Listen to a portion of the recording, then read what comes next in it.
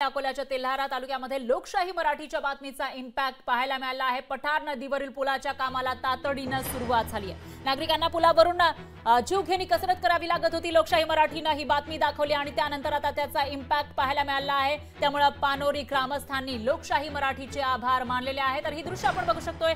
कालपर्यंत या ठिकाणी पूल नव्हता, पूल पूर्णपणे बनलेला नव्हता आणि त्यामुळे लोकांची इथल्या जीवघेणी कसरत सुरू होती। तर जो कच्चा रस्ता होता तो सुद्धा पर्यायी रस्ता वाहून गेलेला होता आणि त्यामुळे लोकांना महत्त्वाच्या कामासाठी जीव धोक्यात घालून इथे ठेवलेले जे दोन खांब होते त्याच्यावरून जावं लागत होतं। लोकशाही मराठीने इथल्या लोकांची ती व्यथा मांडली आणि त्यानंतर त्याचा इम्पॅक्ट आता पाहायला मिळाला आहे। पठार नदीवरील पुलाच्या कामाला तातडीने सुरुवात झाली आहे आणि लोकांना कच्चा रस्ता सुद्धा बनवून दिल्याचं या ठिकाणी पाहायला मिळतंय।